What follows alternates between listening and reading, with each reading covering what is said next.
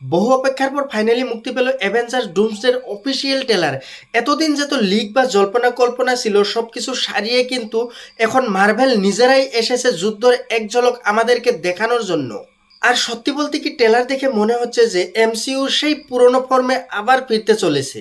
সবচেয়ে বড় চমক হলো মার্ভেল এখনো রবার্ট ডৌনি জুনিয়রকে এখনো পুরোভাবে প্রকাশ করেনি, কিন্তু ডক্টর ডুমসকে যেভাবে দেখানো হয়েছে তাতে বোঝা যাচ্ছে যে এইবার ভিলেনের টাসেলটা পুরো খাতারনাক হবে এবং ভিলেনকে আরো তাগড়াভাবে প্রেজেন্ট করা হবে। ট্রেলারে আমরা দেখতে পাচ্ছি একের পর এক পরিচিত মুখ, আর লোকিকে দেখে তো অন্য একটা অনুভূতি কাজ করেছে। এক সময়ের ভিলেন, তারপরে অ্যান্টি হিরো, আর এখন মাল্টিভার্সের রাক্ষস। লোকির এই জার্নিটা সত্যি এমসিউর জন্য একটা অন্যতম ক্যারেক্টার ডেভেলপমেন্ট।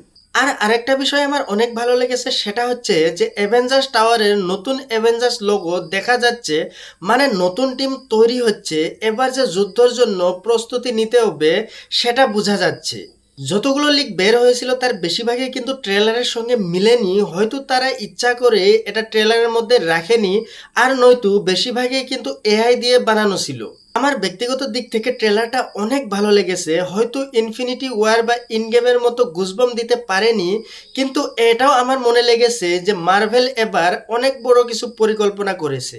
আপনাদের কেমন লেগেছে ট্রেলারটা এবং কোন দৃশ্যটা অনেক বেশি ভালো লেগেছে কমেন্ট করে অবশ্যই জানাবেন, এবং ভিডিওটা ভালো লাগলে চ্যানেলটিকে সাবস্ক্রাইব করতে ভুলবেন না।